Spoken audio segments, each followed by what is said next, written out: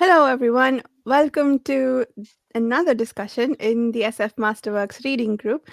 Today, we're going to be discussing Lord of Light by Roger Zelazny. The SF Masterworks reading group is this group that meets, and a few others who, whenever they're able to join us, uh, who swipe books across the screen. That's our main attribute.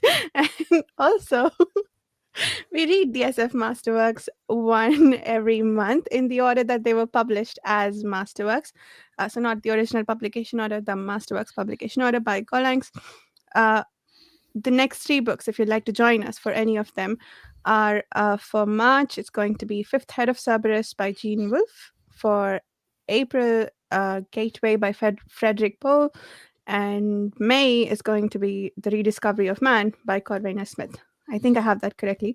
But if not, I'll correct it next month. uh, we have the wonderful group of people who join us usually for the discussion. Susanna, would you like to start us off with introductions? Hello, my name is Susana Imaginario. I am the author of Timelessness, and I run a YouTube channel called Den of the Weird. Hi, I'm Jared. I run the Fantasy Thinker YouTube channel and also post an occasional blog on pagechewing.com. Nice. My name's Chris Mullen. I run a YouTube channel as well. I post in the Patreon forum. I'm part of a podcast called Speculations with some of the lovely people on here as well. And yes, I think that's my lot as well. Nice. So I think I'd like to start with a general question. I am super familiar with all the names in this book and all the gods. Some of it was confusing. Like I was telling Susanna earlier that we saw different people for Vishnu and Krishna, or different people for Rudra and Shiva. They're all like they're the same god, different aspects of them. So like some of that was confusing, and I had to keep reminding myself that these are these are people, not gods. But I'm curious how it read for you in terms of like the vast number of Hindu gods we meet on these pages. Well, I know very little of Hindu mythology, so I was quite lost with all the names, and especially since every character seems to have 3 or 4 of them. And but I loved it because I was curious to learn more about it, and I loved the structure of the book. And if anyone read my stuff, they would understand why. I mean, I wish I would have read this before I wrote my own, because this is exactly the same sort of madness. The prose is different, but exactly the same sort of madness. And I was delighted to just be confused, and I can't wait to go and investigate all this, because now I want to know all about it. And I was really happy with this book. Nice. Yeah. And I have read 3.5 of your books, and I was I was telling you earlier too that this feels a lot like your books with what you're trying to do with like technology and magic, except the technology is more recognizable in Susanna's books. But yeah, Chris, what did you think? My first line in my notes, my extensive notes, and I mean, this is a complex book full of mythological and deity references, much of which is completely lost on me, which is why I started taking as much extensive notes as it did, because I found that it really, really helped in terms of writing down chapter by chapter for me to actually come to the next chapter and go, that person is also that person. Even before they actually tell me, you sort of know by the context of who they're talking to and how they're speaking to them that actually Siddhartha is exactly the same as Sam, is exactly the same as the Binder, for instance. And then when it got to later on and they started using the gods as roles rather than actual people, so when they replaced Shiva, etc., and Brahma, then it actually didn't matter by that stage, because I had sort of recorded it and sort of read it deeply enough to the point that I kind of forced myself to take stock of who was who, and therefore it never really appeared, which is it makes me wonder how, like, I've seen people read this in 2 days. If you don't know the mythology and read it in 2 days, I am not sure how you could follow it, because that definitely was not me. I had the kind of, it didn't read slowly, but read a bit, take stock. And then, as probably Susanna was talking about a little bit there, it prompts curiosity. It prompts you to do a quick Google and things. It prompts you to kind of go and look and see, actually, this person's come up again and again. Is this a real thing, or was this, was this an actual person Mm. within the mythology? And often that created another level of depth to the characters that wasn't even on the page, which was just great. Yeah, yeah. I did think though that with each aspect that was introduced, none of it relied on foreknowledge of what this god is or what this aspect is. I thought that there was a little tag somewhere that said this is the god of so and so. So you know what role I suppose that they're meant to play in the story. And then you also have this added depth. If you know the mythology, then I suppose you can read more into it. But I suppose it's possible potentially to do a surface level reading with just like even with just that. I feel like there's a lot that you can get out of the story. What about you, Jared? Yeah. Yeah, no, it was very interesting for me. I was a little familiar with Hindu mythology and Buddhism as well, because I've read a lot about I've recently completed a history of India Mm, book a while back, and so I was familiar with a lot of the terms and stuff like that. But even then, some of the names and some of the aspects even can be kind of fluid at times, mm, even in history. So uh, and so it made complete sense that you had 6 or 7 names just for Sam, you know, mm, and that Brilliant. tracks that tracks with actual historical stuff that there's a lot of names for the Buddha out there, and so it took a while to get into that, and there were some parts of the book where it was like, okay, I'm a little bit lost right now, but you just keep reading, and the prose is pleasant, mm, so it's kind of lyrical in a way, and kind of pleasant to read, and so you get into the rhythm of reading it, and the names fall into place after a while, and you start figuring out who's who, and I really like how he put all that together, because it made it a pleasant read, even if you were confused about exactly what was happening. uh, mm. Mm.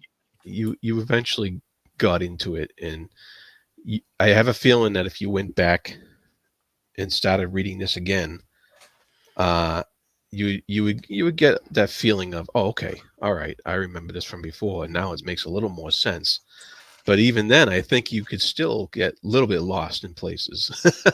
Yeah. Even on a reread, you could, because there's a lot of, like you said, Vasha, there's a lot of little subtleties in there that he gives little hints along the way, and he gives little hints about um, identity, Mm, um, and he also gives all those nifty little hints about technology too.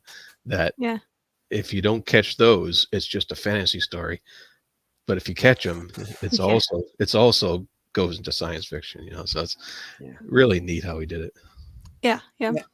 I can't wait to read it again. It's definitely a book that was meant to be reread, Mm, which is the sort of book I love. And because I'm sure I missed loads, the little aside. Yeah. It Oh yeah. took me a while. I mean, I loved the start, very strong start. That Mhm. first paragraph is brilliant. And then it kind of, I was getting too confused. Think, what the hell's going on? I'm not sure mhm, about this. Yeah.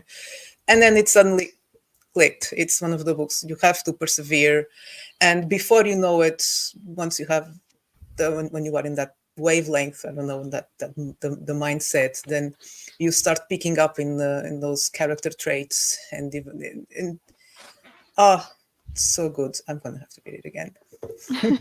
Proper So, immerse reading. so Yeah. much of the chapter felt like there was some kind of lyrical setup, some sort of description, but just about in every chapter there was a couple of key conversations between two characters mm, mainly, and a lot of the ideas and a lot of the conversation, a lot of the joy that really came from those really lengthy conversations where they kind of poked at each other a lot of the time about ideologies and that kind of stuff, and about what a god should be doing, what a god shouldn't be doing.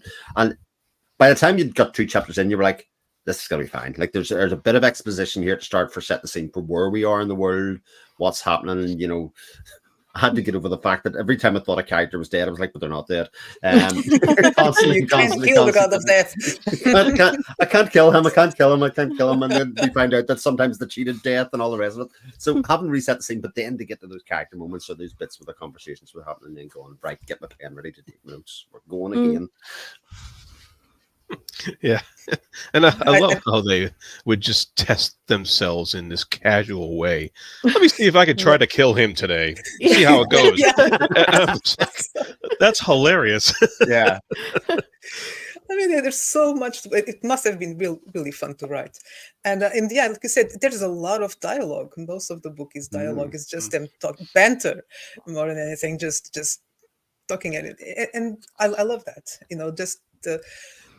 I could have used a little bit more dialogue tags. Sometimes I had to reread. Okay, who's talking now? It was, but yeah, I've read a couple of reviews where people complained that there was a lot of talking, and it's like, why are you complaining about this? Is great. It's all about talking. But combine the dialogue talks with actually the different names that everybody had, and sometimes you weren't able to actually place somebody until like 3 pages into the conversation, even that it was Sam or that it was somebody else because of the way that they've been introduced, and even the one human character Robin here, even he gets a name change because he takes on Buddhism at the part, and you're like, what what is happening there? Yeah. Oh yeah, the Sugata thread. Yeah, right? real. Yeah. I think the one. Maybe I'm jumping too far ahead. Let's start with the first chapter. So before that, there's another general-ish question I have to the group. I read somewhere, it might have been a Goodreads review, that this was actually a short story, a set of short stories that have been stitched together to read as a novel.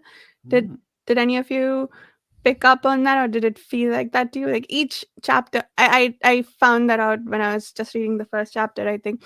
So I could see how like each chapter is self-contained and could be a separate story. But did you get that impression? Like there's a bunch of stitched together, disconnected stories somehow?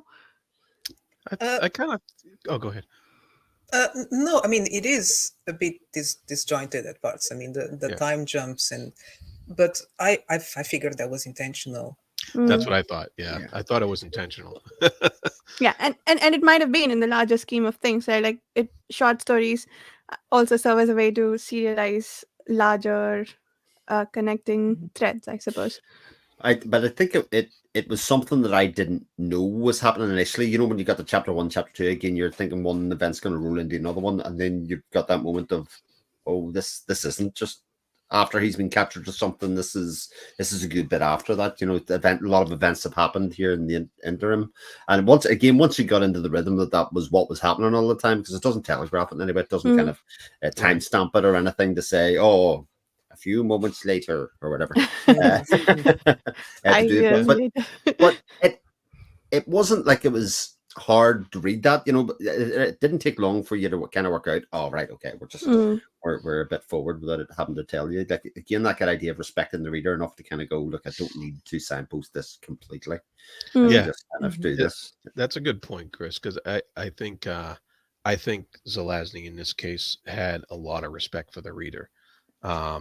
He let us figure a lot of stuff out on our own without slamming it over our heads, saying this is what it is. And there was a lot of those instances, especially when you went to the next chapter, and there was some cases it was like, decades later, like 50 years later or something like that, and you kind of had to figure that out. You kind of had to work that out through the dialogue and through what new circumstances were happening at that time, and I really appreciated that, actually.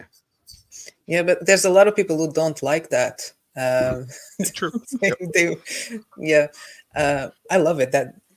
That's why I write the way I write. But I like having to put the puzzle together. I like to go and investigate. To go and I like not knowing things. Oh, my phone is ringing. Sorry, shut up. Continue. So I guess we could go chapter by chapter unless we need to jump back and forth to talk about any specific subject. So we start with this. I love the epigraphs, by the way. Like, I think the first chapter sort of sets the tone for the structure for what each chapter is going to look like. It doesn't change. There's the epigraph that tells us what is going to happen essentially in this chapter, or someone's interpretation, some future person's interpretation of the events that transpired here, it seems like. And then a quote. uh, it seems those seem to be translations from the Hindu texts, but I don't know it.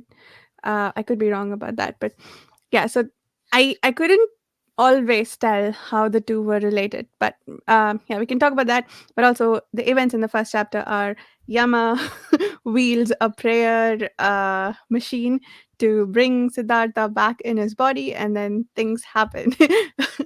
Let's discuss. Hmm. Yeah. Uh, well, they seem to have these mechanisms to bring consciousness back into a body, and it seems to relate specifically to these first people, um, who now know themselves as gods, and it wasn't really clear. It wasn't very clear when I was first reading the first chapter that that's exactly what they were doing. Um, so I was kind of in a little bit of state of confusion during that first chapter, and I figured it out later, but I was like, okay, what's going on here? And so that the first chapter, that's what I got out of it, is that there is that he was kind of explaining the setup of what these people do. These people want to be gods who have who are wielding technology with that's godlike power, basically. Hmm. Um which is hilarious. I think there was even like later on in the book there was even like kind of it kind of it seemed like he was hinting at the power of these gods is equivalent to like the power of some, like atomic energy or something like that, Hmm. in our world today. And but that's just kind of what the setup was to me, uh, to start out with. Yeah, it's funny because as much as I have lots of notes for other chapters, I have just for the first chapter that we're presented that the gods are sort of omniscient in the world. They could take on any form. They could be animal. They could be humanoid. They could be anything. They basically decide on what way that they present themselves to each other, which I think is a theme that comes up in the next couple of chapters as well. This idea that the form that they present to other people is very important to them, regardless of their what's happened to them. They've reached this other place as gods, install themselves as gods, but actually how they show themselves to each other and their past relationships. Like because nobody really dies, you kind of see the same people again and again. Yeah. Um, it's something there, but there's an awful lot of setup with it, an awful lot happening in the first kind of set. Other than we get introduced to a few characters like Tack, etc., that kind of stuff. The archivist. So. Mm-hmm. Yeah. Yeah. I love the idea of how their attributes, their special talents would eventually come through. Um, Even though they change the body would eventually start to resemble what they really Mm. were, and how the powers would manifest. That's yeah, amazing. Because that helped us recognize who the character was, Mm. just those little hints. Once you pick up on that, because it wasn't explained at the beginning, there's something we learned later on, and it was like, oh yeah, I'm picking up on this, and yeah, Yeah. I love the, what's the right word to use? Is it symbolism, allegory, metaphor of all of Yama, them. of No worries. Yama, the god of death, being the one who made weapons, more and more powerful weapons that help kill and destroy the planet. I guess like you're bringing about death. So he's the god of death. I really, it wasn't immediately obvious to me like how what a genius move that was, but I appreciated it a lot more towards the ends of the book. Yeah. Plus, at the very, very start, the very first thing we're done is introduced to this our main character, who happens to be Sam, and this phrase that appears constantly throughout the book. His followers called him Mahasamatman, and said he was a god. He preferred to drop the Maha and the Atman, however, and called himself Sam. He never claimed to be a god, but then he never claimed not to be a god, which is used numerous times throughout the text. And we go. Yeah, and that kind of relates to Buddhism in a way, because Buddha's not really a god, but a lot of people worship him in a godlike way sometimes, and so it straddles that mid between that Sam was actually explaining, and it's pretty brilliant that way. Yeah, and in a much later chapter, there is this discussion of what a god is. I think it's Yama. Oh, I have it marked. I loved it. Here it's folded, written on, ripped out. What way have you marked it? Folded, written on. A dagger through it? No. Page 161. But then you can't see the words. In blood. Just a highlighter with red. 161. There we go. It falls open. 161. Yes. Godhead is more than a name. That part. Yeah. Just beautiful. Yeah. Being a god is being able to recognize within oneself these things that are important, and then to strike the single note that brings them into alignment with everything else that exists. So, like, basically, it's like you have to have the audacity to think that you're a god, and then you're a god. Yeah, I love when he goes, being a god is the quality of being able to be yourself to such an extent that your passions correspond with the forces of the universe. This is exactly my sort of madness for timelessness. I'm sorry, but it did it so much better. I'm kind of jealous. Second edition, Susanna. That's what you go for. Edition. Yeah. But the thing about the god and their definition of the god, actually, again, is another one of those things that I felt popped up an awful lot of times. They do not, or they represent godhood and the things that they do in not doing godlike things, if that makes sense. So it's almost like being a god. They are bored. They have been reborn and done this an awful lot of time, and all they can find to do is mess and kind of tinker and play and create like mankind or whatever as a toy. And even their interrelationships, playing with each other to kind of devilment, just to alleviate the boredom of kind of living forever for themselves. And I thought that whole thing was like eternally fascinating, especially when you contrast with what Sam is actually trying to do to change the whole system and why do it. And because we then support Sam as the reader quite clearly, as being, our hero in a lot of ways. Even though he's a trickster, he's a character full of devilment. You couldn't trust a thing that he does. Yeah, exactly. We're on his side. He's all preaching, in favor of humanity and development and all that. And at the end of this long explanation of what a god is, I thought it was brilliant. And then the first thing he says is, so they play that on their fascist banjos, eh?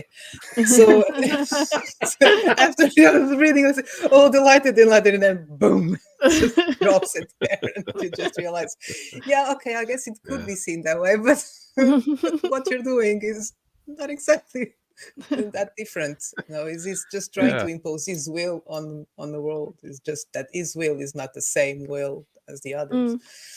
Yeah, right in the second chapter, the beginning of the second chapter, we get that sense that Sam's attempting to do something different, because he says that he's going to stop attending the old council meetings. He stopped attending them, a century ago, because they were lengthy sessions calculated to postpone decision making, and I thought that was brilliant. And of course, whoever he was talking to there was accusing him of being the accelerationist, and I love that term. That was just brilliant. And and he was like, "No, I'm just curious, So it's just the way he was going about his revolution, so to speak, was just it was like casual and yet Mm, subtle and insidious at the same time, and it was just Hmm. it made it so so it had a there was that humor to it that just made you Yeah. want to keep reading and just find out what this guy is going to come up with next. mm.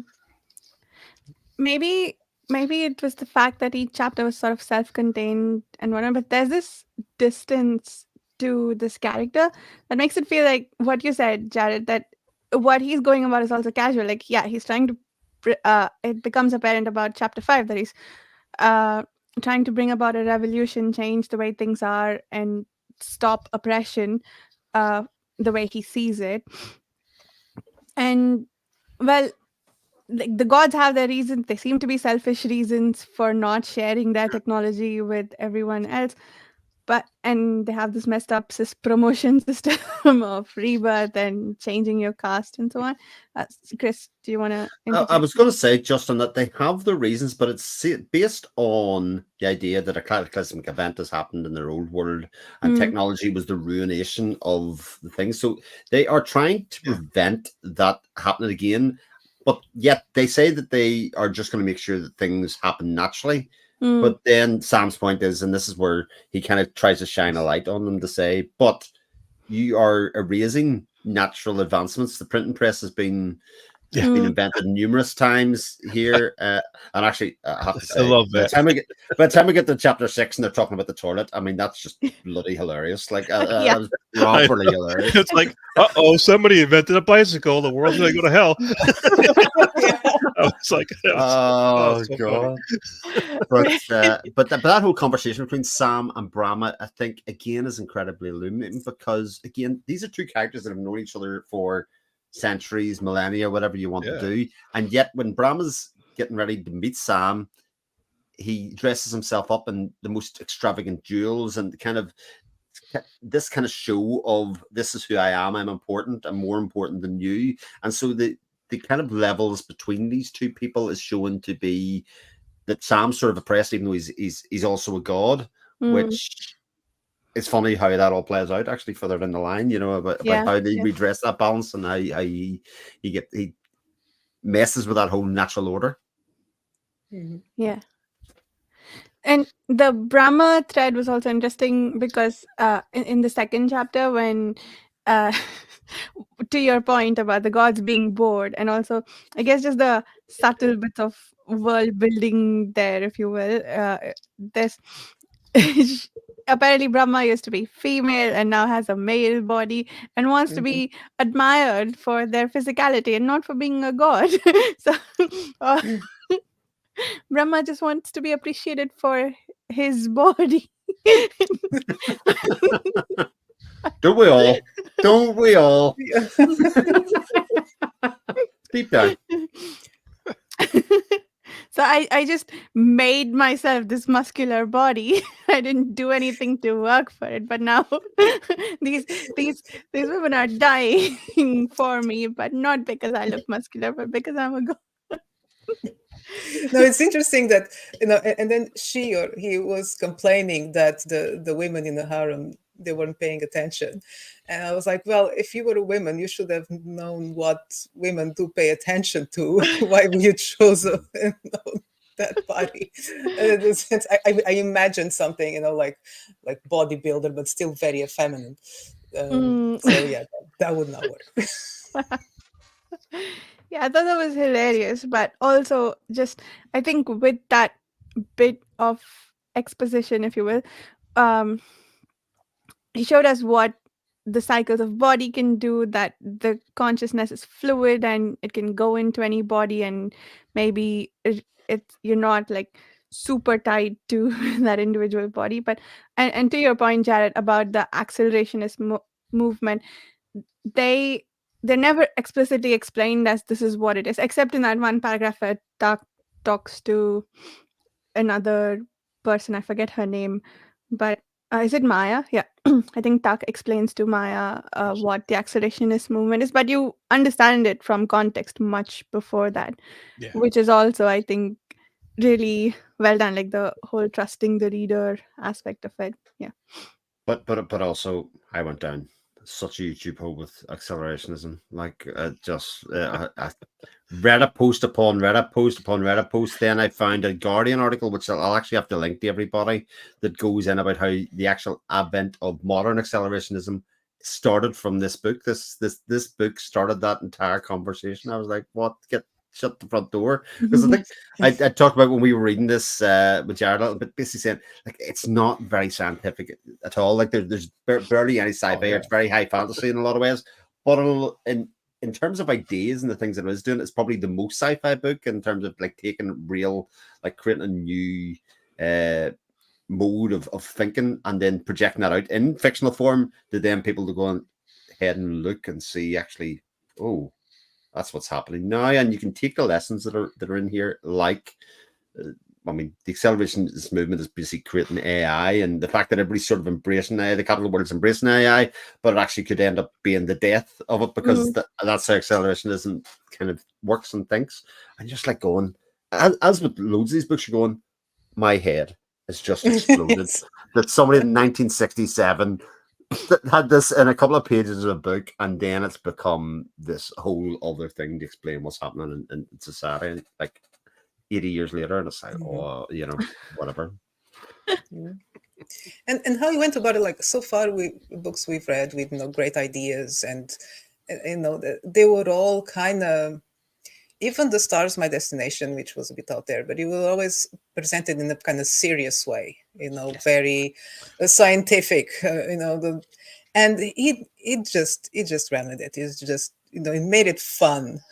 Again, some people might disagree, but it was very lighthearted. You only when you actually stop and, if you stop each day and think about it and realize, oh, there's a lot more in here than just banter between old friends, and that was genius. Yes. Yeah, I agree. I love the description of the entrance to hell. What do they call it here? Hellwell. Hell, well, Where it yes. says there's a sign on it that says "Go away." This is not the place to be. If you try to enter here, you will fail and be cursed. If you somehow succeed, then don't complain that you entered unwarned, nor bother us with your deathbed prayers. Signed, the gods. That was I like laughed out loud when I read that. That's so playful. But they're just like bored children. Like, honestly, it's that kind of thing where we'll have to make a sign. I'll make the sign. Leave it with me. I'll write the sign.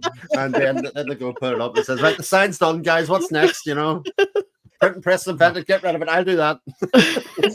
So funny. Yeah. And, and of course, the demons of hell are like these elementals, and just the way that the head elemental, I forget his name, Taraka, yeah. Taraka. Yeah. The way every time he saw a god, he's like, I can take him. Yeah. Like, Like, dude. It's like that kind of thing in somebody's else head, little Jiminy Cricket. There's really serious conversations happening with track in the background, and he's like zoning it all out, going, fire, eh? I mean, it's a challenge. oh, that's real light. Oh, that's yeah. I can take it. Consumed by this idea, this macho kind of idea of like, I've got to prove that I'm stronger than everybody else. Yeah.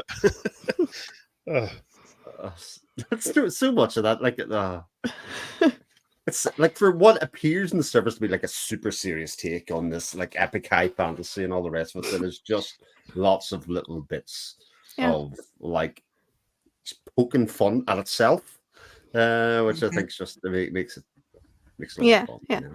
Like, even in the first chapter, Tak wonders, they all wonder where the heck Siddhartha or Sam is getting up to every evening when he doesn't come back for days at a time. Tak follows him, and it turns out he's gambling with a bunch of demons. Regular. Yeah. Of all the things you could be doing. Solution money. Double down. Yeah. Like even the stupid stuff, like the stuff that's written very, very clearly, when Tax turned into an ape and to be an ape for eternity, and then the next chapter somebody's talking to him and they goes, "Why are you still deciding to be an ape?" And I said, "Oh, I kind of fancy it," and it's like this very decreed kind of thing, and he's like, "Oh, I'll not be an ape next time. I'll be fine." And he's like, well, look what I can do, I can spy on me. It's like it gives me superpowers, It's amazing. I could go branch to branch. So much humor in it. It's really, really unbelievable. Yeah. Yeah. Oh, man. Oh god. So actually, back in topic, I was going to say the sequence where Sam is getting his new body. So, and he's a bit wary of trusting anybody, and so he creates the kind of the thing, and then finds out the body gets brought back to him, and he says, "Oh, they were actually going to put me in a real body," and then it turns out the person was epileptic. But I knew it, but it goes to show how smart Sam was. Like that's one of the very clearest indications that he actually is playing chess while everybody else is playing drafts, kind of thing, playing checkers. That he's kind of a step ahead of everybody at all times, which is shown again and again and again throughout the whole book. So I don't know if you guys read the at the end the little note by George R.R. Martin about about the epilepsy. That scene. I can't pronounce the word now. So and the pun in the scene, which I completely missed, and I was like, "What pun? What pun?" And then I had to go and search it, and I was like, "Oh yeah." What And apparently that he wrote the book just to put in that. He thought of the pun, like, and then he decided to write the book. oh, wow, there's a little bit more than that, but it's a very good pun. You guys get. I don't want to spoil misquote it, so I'm just going to look at. Yes, there it is. I found it. Yeah, you go for it, Susanna, since you brought it up. I missed it. The feet hit the shan. Oh, Then the fit hit the shan. It's so good.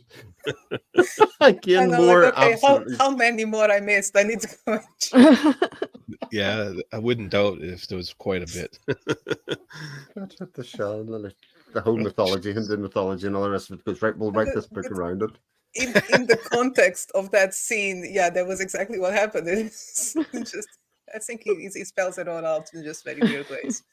But it does make me wonder, because apparently Zelazny was asked and offered a lot of money to write a sequel to this for many, many years, and he flat out refused to do it. And I can sort of see why, because it's sort of perfect in its own little way. Like, what else do you do that's not more of the same? If you know what I mean, where do you actually take it? And you have this piece of art that's just magnificent in its own way that begs to be reread, like we've all kind of said. So it can be its own thing, which is amazing. Yeah. That I mean, that need for sequel that some people have, to me, it might lessen it lessen this book if there's a sequel to it. I mean, you could probably say that about a lot of stuff that did have a successful sequel too, but I think in this case this is quite unique. I've never read anything like this, and I wouldn't want to see somebody try to just imitate this again in a different form. Like, what would you do? It just, to me, it doesn't seem like something that's viable with this book. But it potentially changes the whole conversation from being about just this, what's in these pages, to being about a series then, which you have to got ups and downs. Like, people can't talk about a Game of Thrones TV series anymore without talking about, the end of that, for instance. Yeah. That is part of that whole conversation. People can't have the conversation just about the good parts. It has to be about the whole thing. So, yeah. And there was one, sorry, go ahead, Susanna. Oh, there's definitely material to write, to keep writing. That's the saying when you write about mythology, you never run out of things to write about it. But it would diminish the book, I think. Even if it was longer than it is, it would start, it would be too much. I think it's exactly the right length. Because if it was like 600 pages of this, it'd probably be like, okay, by the 500 page, you'll be like, I'm done. I don't need to know anymore. So yeah, I think it was right to just leave it as it was. Yeah. Yeah, because it's it, I mean the basic plot of the bat, that led up to the battle at the end. Um, it's not very plot focused. It has that basic plot, Yeah. but the rest of it is that exploration of this society, this technological society, acting as a mythological society, and and that was the point of it, really, and the absurdity of it all, Mm. is really the focus, and so I think trying to like you said, expanding it into a 600 page mega novel, it wouldn't have worked. It wouldn't have been the same. It wouldn't have had that same absurd impact that it does. Mm-hmm. But it's also sort of like completely genius, taking this mythological deidal society, which was Hinduism, where people worship the gods. How do you futz and break with that down? You create a new religion, i.e. Buddhism, that doesn't have a figurehead of a god, but is all about reaching enlightenment or various stages of enlightenment, which is not something that any of them can control. And only having one person in the entire book get there, and he offers himself up to be killed. It's in this kind of macho kind of thing. I could take him, but he knows he's going to die kind of thing. But, the whole thing's like phenomenally smart, and why that was a threat to the gods, and why they felt that this had to be pushed down and suppressed in whatever way that they could. Yeah, and he didn't even completely get there. He Yeah. said, "Oh, I just made that stuff up," and other people followed it. Yeah. You know, so Yeah. there's more irony on irony Yeah. there. Yeah. Yeah, it almost felt like he was. I read envy into the initial interaction between him and Sugata when Sugata is almost teaching him at this point. But I think maybe it's just admiration that you got to where I couldn't. Um, but I did want to say on the subject of expanding the scope of the book that it is, I agree that it is perfect as it is, but there's one thing that I thought it could have maybe benefited a bit from, but I don't know how you would add it without really maybe changing the whole thing. Is we have these gods, all of them, including Sam, who think they know what is good for the people, and we never see any of the people and what their daily life is, at least as far as chapter 6. We don't, and I doubt that chapter 7 changes that drastically. So I don't, I think that would have been an interesting perspective for like what it is that the people want, how happy are they or not. And I think that would have helped me understand whether Sam is just an additional person. Like what I was saying earlier that maybe I didn't finish was that Sam also, the gods seem to be bored, like the other gods, quote unquote, are bored, so they are doing these random, like playing, using the people on the planet as a plaything. But is Sam also the same? Is he also just bored and wants to bring about revolution for the sake of it, or is he actually going to help people with whatever he does? We don't know that because we don't know anything about what the people actually want. And maybe the point is it doesn't matter. Maybe the larger point is if you have these entities who are making decisions for the larger collective, let's analyze whether that makes sense uh, in and of itself. But yeah, that was, I felt like a bit of a missing piece for me. Yeah. Well, the people wanted toilets at some point. It was quite the long. It was one of the first things they wanted. Toilets and Makes trashy sense. magazines. That's all they Yeah, wanted. pretty much. Bicycles, But, bicycles. Bicycles. Yeah. bicycles, yeah. And I did get the impression that he was just trying to mess with the other gods to this, not so much help the people, but dismantle the whole pantheon, that whole system. Let the people help themselves, because the gods weren't helping; they were hindering them. So it just pretty much let them figure things out. It wasn't set up to help. Yeah, I think that was a point of the accelerationist movement, Mm-hmm. was to let the people help themselves. because the gods weren't helping them; they were just doing their own thing.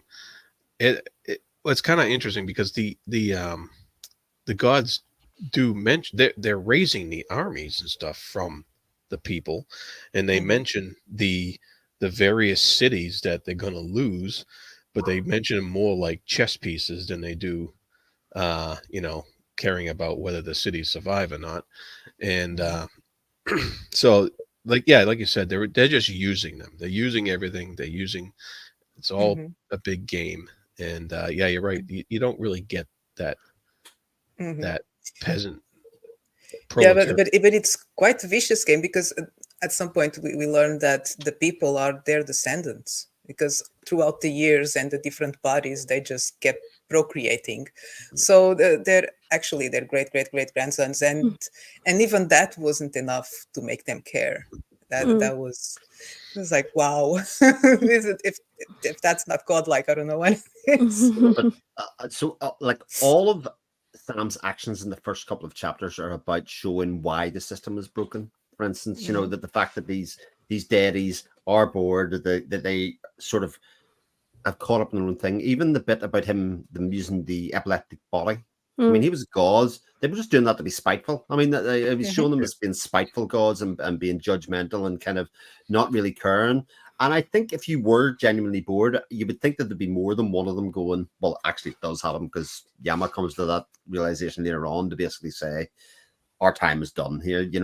We aren't really doing anything with this time. We're not doing anything with these powers Mm. other than squabbling and kind of picking fun with each other and kind of turning him into an ape and there's not really nothing happening. There's time for something else. And then the idea of accelerationism is just we need to speed up this process in some way so whatever's next gets the chance to come next, whether it's Buddhism or whatever else it is.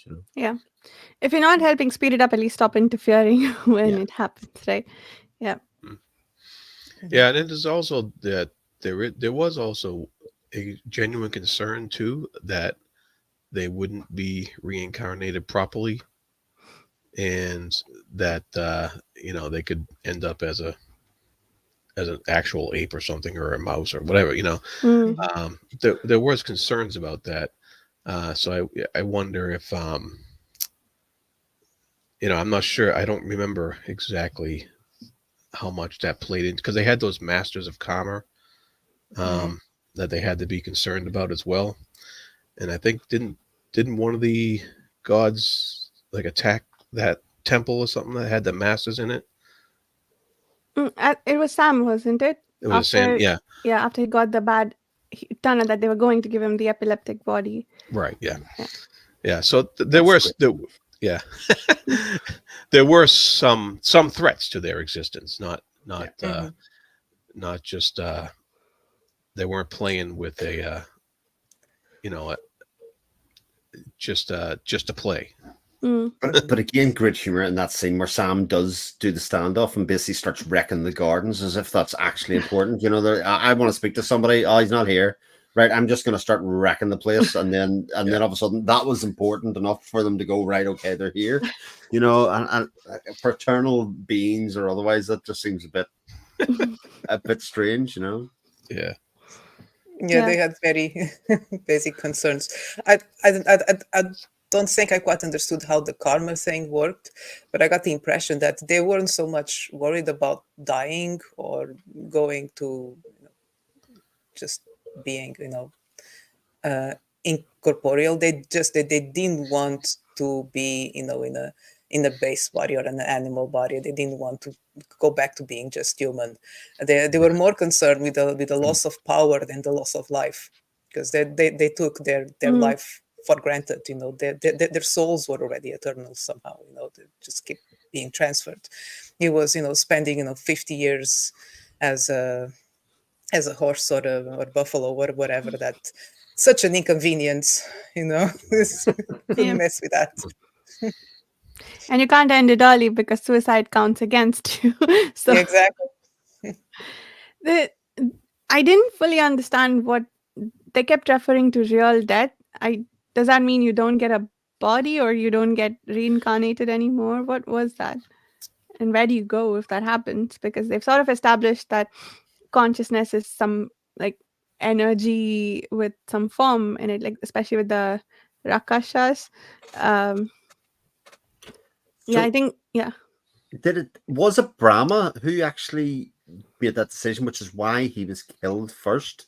And there was that period that he couldn't bring himself back then, when he was poisoned, and they said actually life will end if we don't replace Brahma immediately. It Mm, seems like Brahma's role was in the reincarnation system, and so he was actually killed. And was it Shiva was the other one? The two of them were killed, and they were killed properly because they had Mhm. nobody in place at that stage to mm, bring the bodies back or reactivate Right. the karma system. And so they had to be replaced then with Kali and whoever else, Yeah, including. mm, and that was interesting because they could. It seemed like that was not just switching bodies to be the same god. There was actually some switching of roles going on Yes. Mhm, mhm, when they needed a role replacement rather than replacing mhm. a god. And this. So it's interesting how they could do that. mm. But again, Because because Kali otherwise and the Yama universe would be just out of got married. balance. Yeah. Yeah, She decides and to change then sex, and he's like, I'm switching the other team, guys. That's me out. My wife's now my husband. And, you sure you want to do this? The choice has been made. Okay. Right. I'm switching the other team, guys. And that brings the whole system down. Like, it's, again, hilarious. we spent so long trying to marry her or to seduce her, and then just married, can't change bodies. Oh no, Yep. that's it. So it's like I'm gonna bring fire to the heavens, going to Sam now. You switch teams, I can switch teams too. That's a wrathful husband. Like, you want to piss off. Reasons to not marry the god of death, I suppose, 101. Yeah. Mhm. Even if you're a god of death yourself. Mhm. Yeah. It was a perfect couple.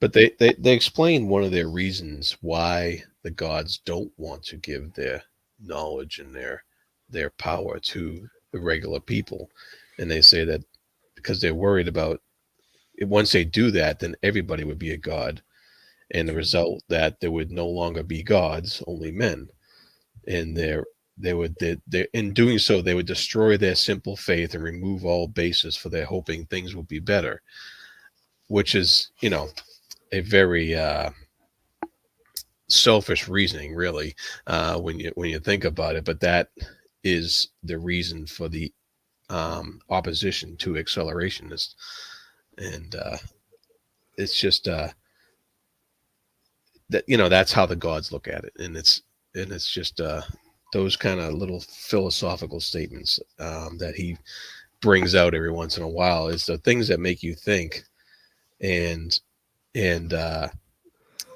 as you're laughing around the rest of the rest of the book. Yeah. Yep. Yeah, yeah. They had the point. I mean, things would get better for a while, but then what would happen when everyone was a god? If just with a handful of them, the amount of trouble they were having, if it was the entire Yeah. population, yeah. It's probably what led to past Hmm. apocalypses, basically. Yeah. Uh, Hmm. so that's something they had to think about. Yeah, but also this notion that that's very self-serving, no? That they lose hope. They what was it again? That they lose the ability to hope for anything because they're all gods. And that's essentially saying you don't have the ability to worship anymore because like who will you pray to? But yeah, that I found myself resisting that statement because like you don't you're assuming that this is the only way people get hope and that's just self-serving because you want to be worshipped for whatever reason, like you're bored. But um Yeah, it's definitely disingenuous, and it's Hmm. It's but very that's selfish. Yeah. that's part of the whole part of their existence, and mm, it's part of the charm of the book. yeah, But yeah, I also think it's sort of like it would be nice to have somebody that was devout Hindu or otherwise that does believe in reincarnation and the fact that your soul will be reborn depending on your karma in this life. Because I suppose I was trying to think of it in terms of the way that I was brought up in religion and this idea of heaven and hell. The idea of eternal damnation for Catholicism is the end of the road for you as well. And again, a lot of people, the fear of that drives people's life. There is a sort of idea that you're living a good life so that you can get into heaven at the end of the day. It's in Mm. much the same way as you scare kids with the coal from Santa Claus. You know, Mm. this is your chance. I'm phoning him. I'm phoning him to let him know that you've been bad, and that's your chance gone. So it sort of is definite in some religions, and it's the promise of a next life or eternal life that you wouldn't actually die in that case. So maybe if you do take that away, because the belief system's so strong that it does become everything else becomes unimportant at that stage. You know, I don't know. That'd be interesting to know Is from the somebody. belief system? Sorry, go ahead, Susanna. It's not so much the worshiping. I think it's the aspiration of being more than what you are, of the ambition of improving yourself. What do you do when you are as improved as you will ever be? Then Mm. But it's a you caste thing, right? you It's bigger. not. It's not. Uh, it's not a power thing. It's a caste thing. Whatever power they have, it's from wielding weapons. Apparently, like even Agni has a Hmm. device True. to That's right. wield fire. So they're if you take away their weapons, they're all exactly the same as the human. So yeah, they get to live forever, and they get different bodies based on like whatever uh karma, sure, but that argument maybe it's an admission then inadvertent admission, but that these gods have nothing to hope for because they don't know what to do next. But yeah, like it I didn't think that the two were tied, but that's a good point that if you worship your gods and you collect the prayer slugs, then you have something to look forward to for the next life. Versus, yeah, it's all the same. You can get whatever body you want. You can figure it out. Maybe there's a difference there on like what you might strive for.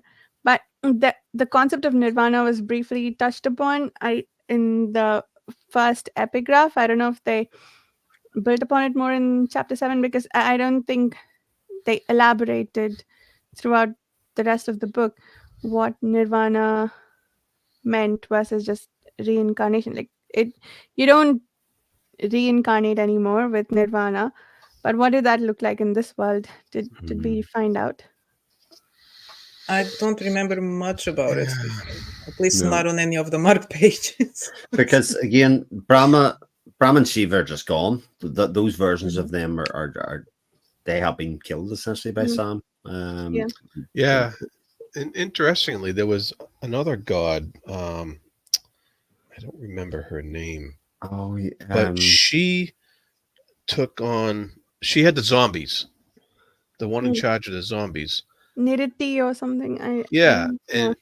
and she took on, the Christian aspect, and she Mm, was delving into that. And so it's interesting that he mentioned, because he also mentioned some of the Muslim stuff at in Mm. that during the the second half of the book here, mm, and the Christian stuff, and he started to bring in these other ideologies that some of the gods were starting to associate themselves with and be different versions of, like either angels or what have you, um as far as changing the names, just the way that all religions morph into others, so mm, it was very interesting how that started to come about towards the end of the book, like there was some sort of change going on.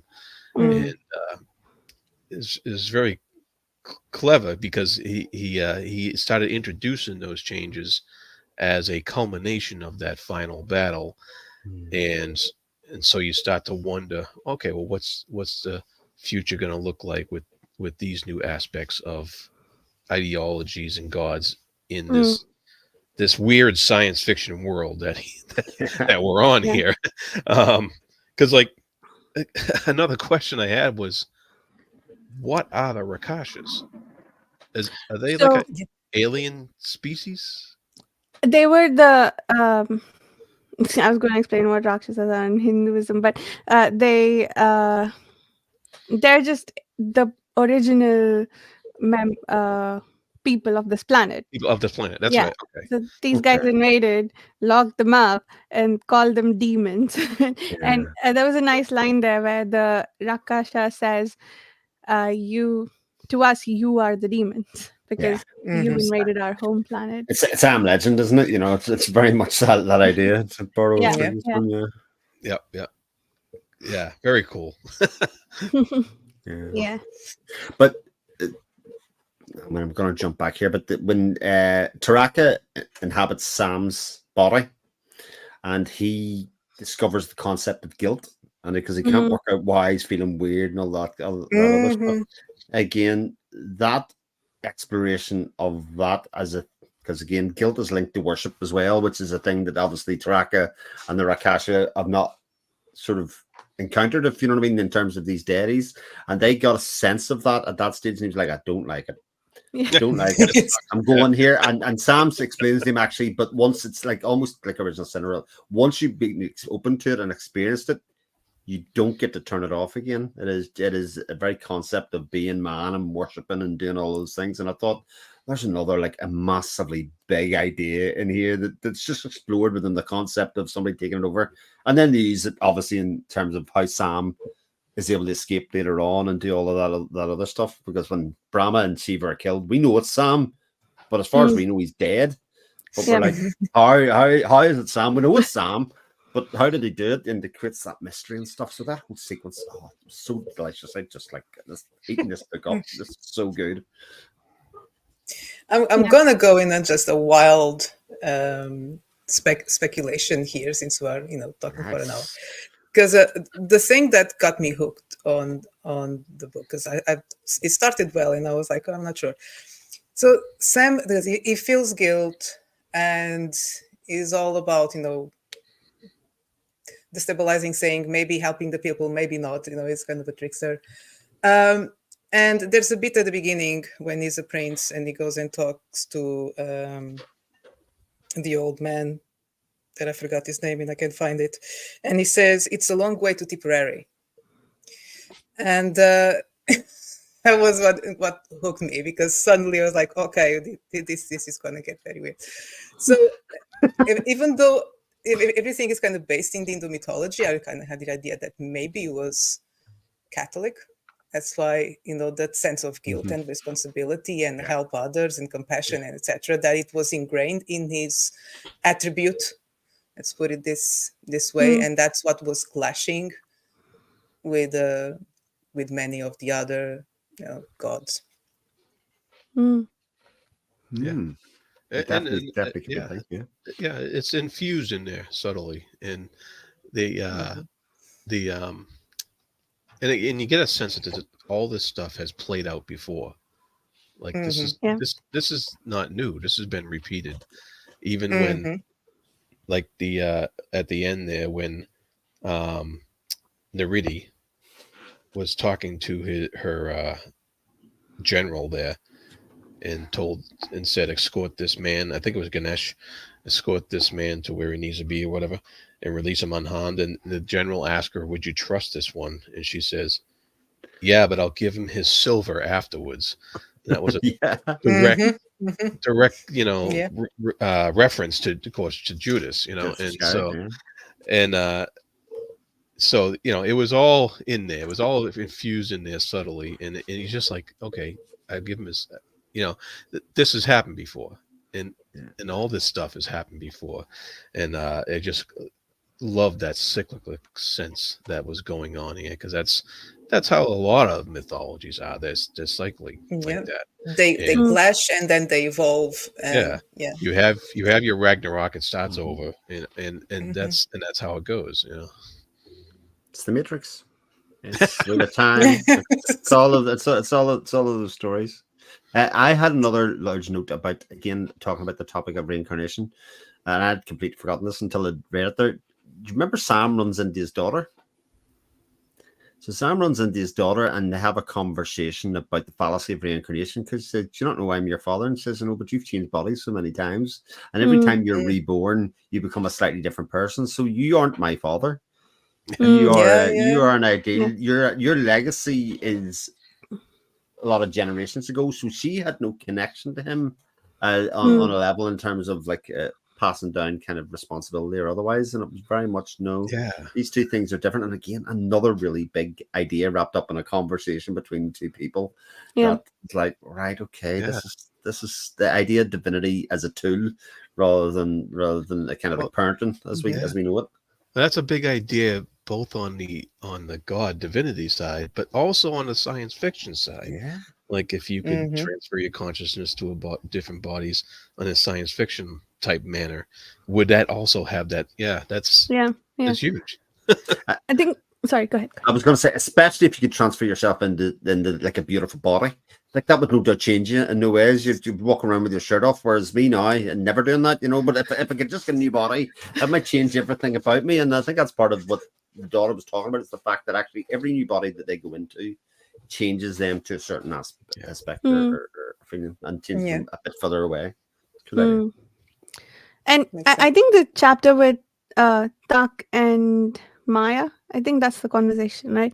That was pretty expositionary in that it also had this conversation about Tak reveals that he is Sam's son, and he has this attachment to him for some reason, and that's why he chooses to help him, even though apparently he has no ideological similarities with him. He just is attached to this fact that he is the son of this great man who's well known, and and in that conversation they talk about what it means, what parenthood means, and I didn't notice the bit that you were talking about, Chris. Maybe it comes after the point where I left off reading for this discussion, but the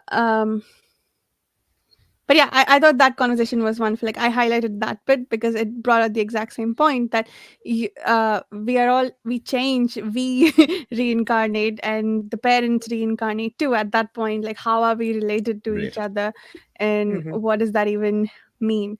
And in that connection, there's also this thing. I think Sam and Kali are having this conversation, and Kali asks him, "Do you love me?" And he says, "The man I used to be loved you then." Yeah. And Mm-hmm. that feels like a gimmick at the moment to like feel mysterious on Sam's part, but that is a pretty profound statement in the context of reincarnation, like who I used to be. If you think about the Hindu mythology, or maybe other religions too now, like with Buddhism and so on, I am not a religious Hindu. Like I don't practice Hinduism, but I do vaguely believe in reincarnation. So this idea that the like 10 lives ago, whoever this person loved, that wasn't me. And if that person comes back and says, um, "Oh, do you love me?" That's probably not the answer I'm going to give. Except these guys have the memory of their previous Mm-hmm. consciousnesses, right? Which, how does that change if you could remember everything? And yeah, how does that change you as a person? I think that is a very interesting Mm. question. Yeah. And Yeah. within that same conversation, Callie offers, when he says no, and she offers him a virginal body and asks him if Mm, that would make a difference from it. So again, this idea that this deity god, our powers, are also tempted by flesh, you know, mm, and in much the same ways. And actually, there is no difference between the gods and man. You know, mm, a Mm-hmm. lot of times happens a lot throughout the throughout the books. yeah, yeah. Yeah. Well, especially if they're actually just people with extreme Yeah, indeed. technological power, you know. Mm-hmm. So they're not, but they're not really gods. That I think that Right. is actually the point, and that's where Sam comes to, is like we aren't any different from these Mm. people that we're sort of suppressing in a lot of ways, and you know we need to Mm-hmm. move on past them. So I don't know if Zelazny intended to make this commentary, but in this version of the story, the gods aren't gods. They are just people who are playing at being Mhm. gods. But if you Mm-hmm. look at all the mythological stories, Hinduism, and also I think the others, gods behave exactly like people. So, like, whatever you find silly about these, whatever Mm-hmm. you're able to find as silly, because these are people playing at gods, I think if you take out that bit, it stays silly. Like the stories from mythology that he pulled from that are Mm-hmm. funny or yeah, I think that's interesting that you could also readjust how you think of the mythological stories and maybe look at it with Mhm. slightly less reverence or pay less mind to it too.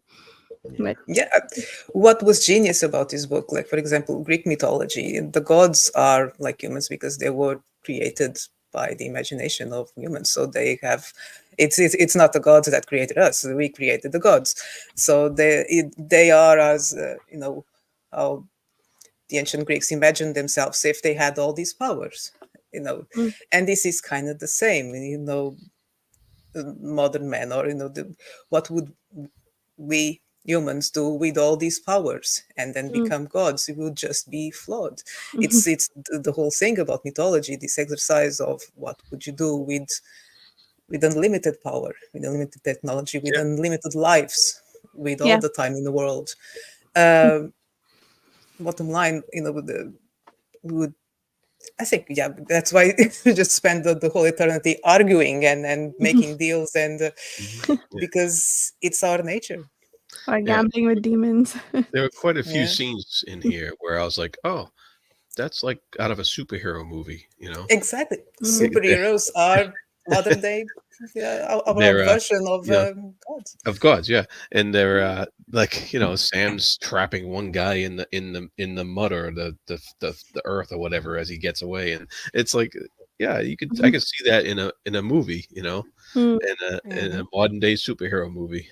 I mean, the thing between Superman and the Fortress of Solitude and Terrence Stamp's character, I can't remember his bloody name, is pretty much out of this book as well. You know, that kind of like transfer of power, etc. Uh, one of the one of the other things made me laugh a lot. The Celestial City in Heaven, which is obscured from modern people seeing all the rest of it. They let the people name the rooms different things. So like heartbreaking was a room which is where they go to discuss and break up and stuff, and That was despair is where they Very go organized. to. Oh, that was and great. there was one scene where they were like, and they went from heartbreak to despair. despair. Yeah, That's I right. know. Where they get That's there and where they brilliant. go to have their final act of love before they get judged and stuff. Right? Okay. Yeah. So break up sex. Right? Okay. I get it. Nice. Oh, it's hilarious. Oh, Yeah, so There's funny. so many Interesting. layers. So many. It's so clever. yeah. New topic. There were some descriptions of like I think Zelazny must have gone to India and written observed things to write about these. The description of the Kathakali dance. I was curious what you guys thought of that. If any of you looked it up or uh I no. did. I haven't yet. I was Yeah. completely lost there. Yeah. Tell us, Varsha. That no, that was really brilliantly done. How he described the whole thing. I have never seen a performance myself, but I want to show you what this looks like and how apt his description was. Can I? Yeah, did that work? See, so the Ah, green, they have this yeah. huge billowing Okay. skirts Yeah. and the green face mask, and I think they are able to move individual facial muscles. They're trained from very young, like he said, and they can the most common one that I'm familiar with is like they can raise one eyebrow at a time separately, and I they can't do that. can Jared can do that. and they can like move the mouth and they all mean something and with the hand gestures, and this is something that I really love. The Indian classical dances, they're used to tell stories, so there's different postures that depict the different gods, and the the state where I am from, it's the main classical dance is Bharatnatyam. This is Kathakali, and I thought he did that wonderfully. What the temple looks like, and the the whole festively uh, Oh, yeah. feeling in front of the temple where they sell flowers and so on. What the temple itself looks like, the wedding procession of like Kali and Yama's wedding. It almost felt like that was just there so he could write about the wedding procession, honestly. Like, but yeah, I thought all of those were like really beautifully done. The descriptions were beautiful in and of themselves, but also I could see the picture forming of like, that I know that place.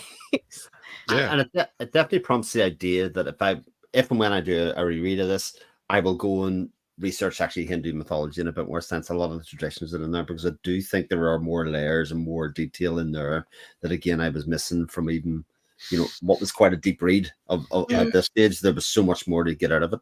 yeah, Yeah. especially with the Definitely. quotes and stuff. That Yeah, you want to see where they came from. You want to see, because there's different layers going on there. Mm.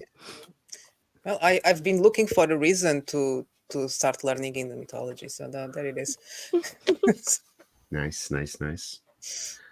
Yeah, And to top it all off with all the subtlety and subtext we get in here, and all the layers and the humor, it's just really nice prose to read as well. Like you said, Yeah. like Yeah. like Vasha said, the descriptions and stuff like that. And so I really start to see why some of our modern authors are quoting this guy. And like this one has this book has a Gaiman, Neil Gaiman quote on it. You guys mentioned Martin quote, and so you're Mhm. starting to see why everybody's looked at Mhm. his writing as as an influence, and as a something to hold up as a classic. Yeah, yeah. because I can imagine being quite revolutionary at the time, because I'm sure someone mixed mythology with science fiction before, like probably, but to write a science fiction book almost as if it was a fantasy book, it's not quite science fantasy. It's the prose itself is it's closer to what you would find in a fantasy book than sci-fi, and it just changes everything. And then you add mythology, which is fantasy to the mix, and just yeah, genius. Yeah. I really wish I Uh, read it soon. and there's no doubt about it. Obviously, we're reading The Wars of Light and Shadow. I think I said this to somebody beforehand. There is quite a sense of a strong influence on Johnny's work, Johnny Work's work there throughout this book, even in terms of light being Lord of Light being one of the main concepts of it, the technology disaster that's happened in the past, a lot of that stuff, Mm. and then the elevated prose that's in here that it reads sort of beautifully a lot of the way through it, and then you get your moments of dialogue, etc., as you do in Johnny's. Like that's I think it's a clear inspiration in a lot of ways, and what a good template if you're going to do use one or Mhm. as the source for ideas and generation. Sure. Yeah. Mm. Yeah. Yep. And is this what the seventh book we read? Eighth. Seventh book. Seventh. Mhm. Uh, Yes. so I'm gonna put this at number one Yes. Ooh, over all the nice, other nice, ones we've read so far. It's nice. Yeah. definitely one or two for me. It's my favorite. Yeah, yeah. I It's meant to great. do this week, but I had way too much to read. But for next time, I'll make us a tier list template so that we can keep it up to date each month. Yeah. Oh, Um, that'll upping be the fun. stakes. All right. It, it is interesting to compare because they're not like for like. I think that's one of the things that I No. sort of coming away from, Yeah. is that I thought that would sort of all be, because they're within about 15-year period of each other, they sort of be comparable in some ways, and they're really not. We're getting a lot of Nah. very Mhm. different styles of book here, Yeah. which is great, which is really, Yeah. Yeah. Mm, There's a lot of Mhm. apples or apples, oranges, and cherries and bananas in here. So indeed. Yeah. mm. Which is the banana. Don't need to say it this week. We've got through the whole chat without mentioning the banana. that's right. That's yeah. What's with the bananas? Uh, The apes. Is Yeah. that a comic book reference? I think that was tack. Well, Tack. Tack had it, right? it works on double Oh, level because tack is the ape throughout it, but it also, if you were talking in terms of our 7 books we've read, there is a banana skin in the 7 reads that we've done so far, in terms of the one you might slip up and never read another book again after it because you couldn't finish it. no marks for guessing which. No, which I'm not of even going to the- mention it. Yeah. No. Interestingly, like we're talking order of like tens of views here. Okay, so like this, we can't read too much into it. But Series in Flight Part 1 discussion has the most views in my SF Masterworks playlist. 73 versus an average of like 30, 40. Like that's really too small a sample size to read anything into it, but I was going to say, are you proposing a reread, Portia? no, No. no. I thought I already, maybe people were just curious. What would I have to talk about? Maybe they're just Part one. I already threw mine in part the one. fireplace. Yeah, maybe that was it. What do you Oh think? my The only Part one? God. reason that book is still on my shelf is so I can have a complete collection. Actually, I'm the same. Yeah, yeah, yeah. Absolutely. I But yeah, actually Yeah. I moved it to the guest wing. The house is divided out place, and so it's for the guests. Don't like your guess, Susan. Whenever it's stuff we don't like, games or books, it goes to the guests. but without doubt, in terms of sci-fi reads, this is a stone cold classic. Regardless of whether it's 1, 2, or wherever you're going to place it, it is right up there in terms of like brilliant Yeah. reads Yep. that we've had. And I just knew, as much as I enjoyed reading it the first time, I knew by the time we had this conversation, I would come away just loving it even more because of the different viewpoints that everybody would bring, and it's so true. Every time we go to do this, it's so much fun, guys. Oh yeah. Yeah. Yeah, it's very fun conversation. My cheeks Is are. it the first book that we've all liked, though? Yeah, I think so. Universally? We are all kind of in Yeah. agreement. Yeah. Maybe. I Yeah. think so. Yeah. What was I forget, Susanna, did you like the Forever War? Because I think that's the other one that was universal. Yes, I did. I did enjoy the Okay. Forever War. Jared I was mixed on it at the start and then grew to like it. I Oh, think right. later Yeah. on, isn't that No, right? Yeah. Yeah. After talking it out, I was like, okay, yeah, I actually do like this Yeah. a lot Mm. more than I mean, I didn't dislike it. I liked it Yeah. to start with, but I had some concerns, and then after talking it out, Yeah. that's what we do this for. We That's talk the fun. about, Mm. Yeah. you know. Mhm. It's cool. I Am Legend also was I mean I wasn't raving about it, but I liked it, and I think Oh, everyone else had a decent opinion of it too, if I remember I correctly. liked Yeah. it. yeah. Yeah. I Am Legend. Hmm. It's So the first two and then this. But also, in terms of being unanimous, Cities in Flight, nobody liked. So we had the same opinion about 4 books out of 7. yeah, fair Yeah. enough. Yeah. Well, Yeah. to be fair, Varsha, you've only finished 5 of the 7 books anyway, so it's all right. Oh. 6! I finished 6. Oh, you finished the Knights of Bridesmaid, didn't finish the Knights of Flight totally. I skipped the second part of book 3. Part 3. So we're even. You were even then, yeah, okay. Yeah. Yeah, I only I DNF too as well. So Oh yeah. Mm, Oh, I think that's going to happen quite a lot, especially as some of these books get slightly longer. It's fine for me. I'll sort of push through a 200 each page book, regardless of what's happening to the end. But once it goes to 300, I'm like, yeah. might have to This take one that was just on the edge of that. Normally, and I think that I knew this going in, but I still did plan poorly. Most of the SF Masterworks books are 200 pages long, so even if I give myself just 3 days to read them, I can finish them. But this one's 300 pages long, and I still started too late, so I didn't make it to the last chapter.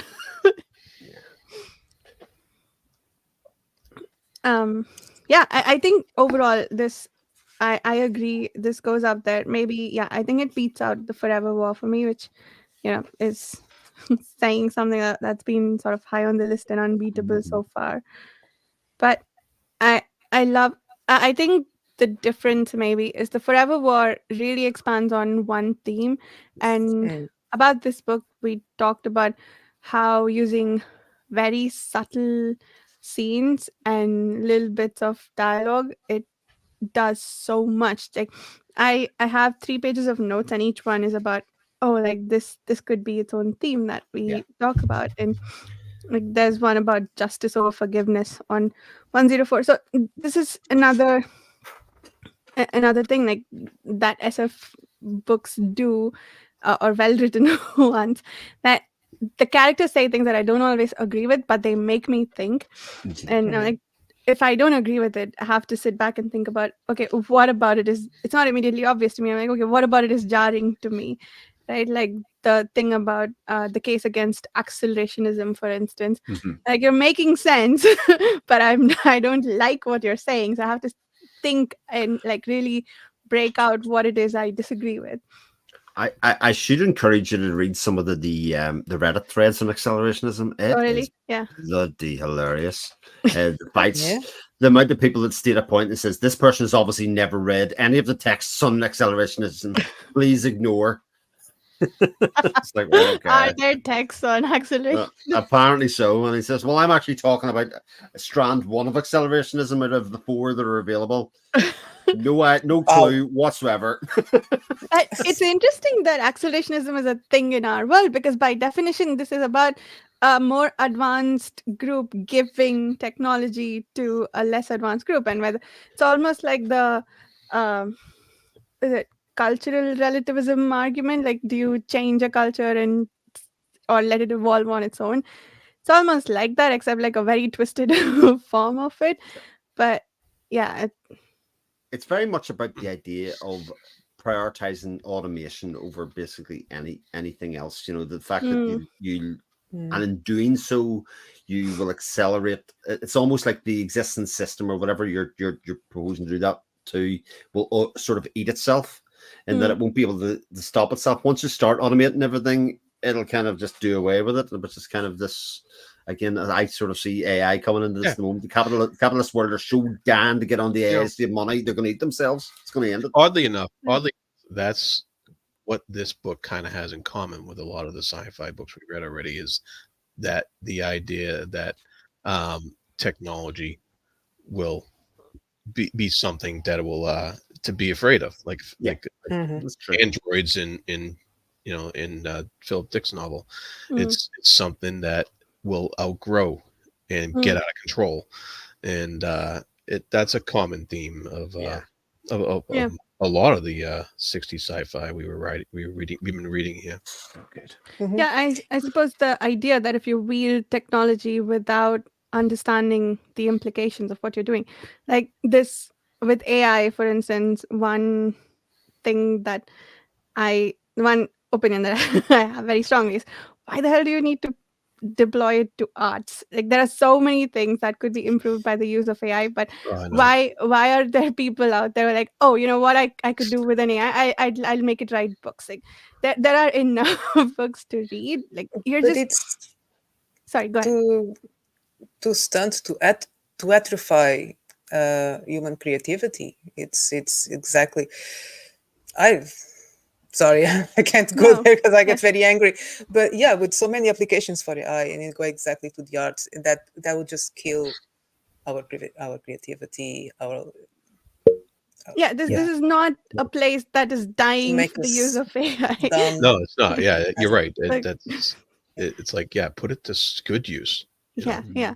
There are where like it needs it. We don't need it. hmm, Yeah, Put it where it yeah, needs. and even good use, it would be dangerous because we are only, as smart as up to a certain point. We will never have the computer ability, like for example with the chess. hmm, Because it is a finite thing. There's only so many ways you can play and win. There's loads of ways, but there's only so many ways. And now you have the perfect player, and yeah, we're never going to be Yeah, able to beat the machine. And I but imagine that uh, applied to everything. What yeah, is left for us to do? Yeah. but why put that toward a game? Why yeah, not yeah. put it toward something? You know, I but lost my camera for a sec. But yeah, so my point there was, we're putting AI to use without fully understanding the implications of how this might change society. It's like it's sort of using it because we can. Here, yeah, let me show you how to anyway. And that is dangerous. And I guess in that way I do agree with the what was the opposite of acceleration is deists. But the, that's not a good doctrine either. Like, let the gods decide everything for you. But yeah, I think the book is making a great point there, whether intentionally or not, I don't know. But yeah. yeah, something to think about. It's giving you something to think about, which is right. Like Mhm. the one quote that I had pulled out of it that kind of, again, I wrote it down because I wasn't sure whether you agreed with it. It's kind of exactly what you said, Varsha, in terms of, but I need to pour over it was, are not worship and religious awe a combination of love and hate, desire and fear? And Mm, that kind of thought, I never thought about Hmm. it like that. Yeah. It said, I think it's by Yama, I think says it within thing. You're like, right, okay. Yeah, maybe so, mm, People feel the need to be loved or be accepted unconditionally by something, whether it's an entity or otherwise. Okay. Mm, Yeah. yeah. It's a combination of human emotion. It's Yeah. it's what makes it human. I think it's the point of the book, one of the or that Mm, it doesn't matter how much we evolve, how much that we can evolve the technology to a point of magic, but we are still going to be humans. Right. You Yeah. know, doesn't matter. Oh, we can be an ape and still be behaving like a human. We can be a dog and still behaving like a human because that's our nature. yeah. Yeah.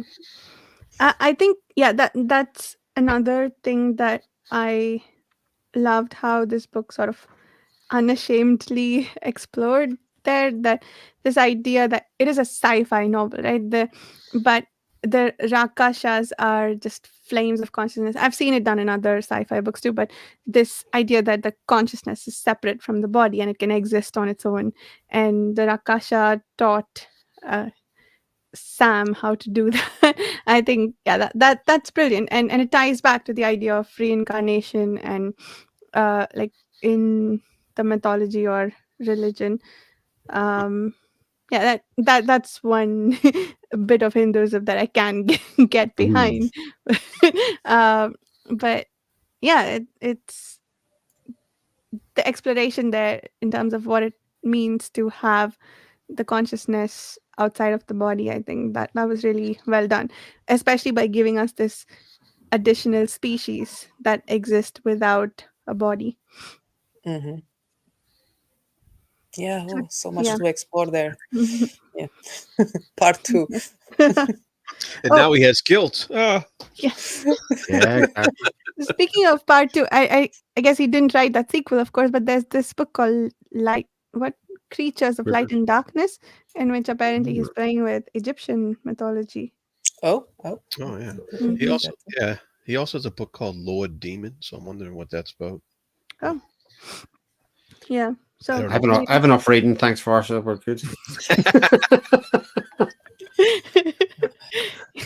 yeah, I don't think that's getting read anytime soon. I feel like for books like this, um, I kind of wish I had started reading this much earlier, because each chapter I would have liked to take a day to read and think about it. Yeah. But So good maybe idea. I will reread it at some point. But Yeah. uh, yeah, I felt that when we were discussing, you said you were going to do it in 2 3 days. I was like, I'm glad I was able to pour over it, because you do get an awful lot more yeah, out of it. I think it yeah, is definitely one of those books because of it. And yeah. maybe you'll get more to the last chapter, though, having had this discussion and then Mm, going to the last chapter. I think that'd be really interesting to Yeah. explore. She yeah. might come back and say, "We got to record this all over again." Yeah. I have thoughts and you missed them. Like 15 years from now, we'll do the rereads of our favorites. Oh, Oh, Oh, When we get to the end, I we'll go like back. that. no. Yeah. Uh, There's a I think Golex is publishing some a subsection of these books. I don't remember what they're calling it, the but it's best of, the yeah, best of.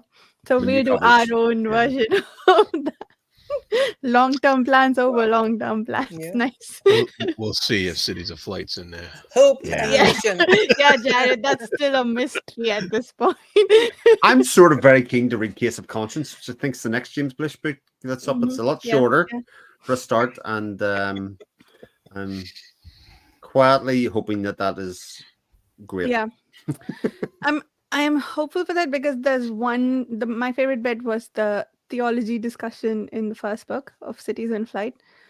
So anyway. Maybe. Yeah. Yeah. Do we have anything else to talk about Lord of Light? It was Just go read it. very enjoyable. Yeah, Yeah. this is Yes. gonna stay on my nightstand. I'm gonna reread it sooner rather than later, because I think there's a lot to learn here. Um, Yeah. for my own writing and then just for fun, I think there's a lot I missed, and Yeah. I want to figure it all out. So yeah. Oh, yeah. 50 pages in, I went to my Goodreads shelf and marked this as a favorite. I'm like, I don't need this Oh, again. I nice. love the writing style. I'm like, I love what it's doing. Even just this one chapter is sufficient for me to declare it a favorite. I don't care where it goes from here. Good thing I didn't go the Cities in Flight direction. But anyway, Better uh, shit. Let's do outros. Chris, would you like to start us off? Yes, my name's Chris Mohan, sometimes YouTuber, sometimes appear on other people's channels. Definitely doing part of the Speculative Speculations podcast and also posting a lot on page 2. Nice.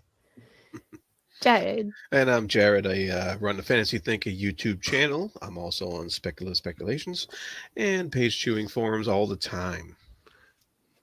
Mm-hmm. You can also find me on the page chewing forums. I spend a lot of time there of late, or on X as Chronodendron, and my YouTube channel, of course, Den of the Weird. And my books are available everywhere. Timelessness first book is Weird Gods, and I have a new standalone novel coming up called Oublié next month. So it's available for pre-order. Check it out. Cool. And I'm Varsha. You can find me on the YouTube channel Reading by the Rainy Mountain. You can find links to the podcast that Chris and Jared mentioned called Speculative Speculations off on the About page. It's currently only available on Spotify, but I will start posting it on YouTube soon as I make the time to do audio spectrum for them. If you'd like to read along with us, like I said at the beginning, if you'd like to read along with us for these SF Masterworks, either discuss them just on the forum or here in this discussion group, consider joining the Patreon forum. That's where we do all the planning and scheduling. Thank you so much for listening. We'll see you in about a month. Bye. Bye.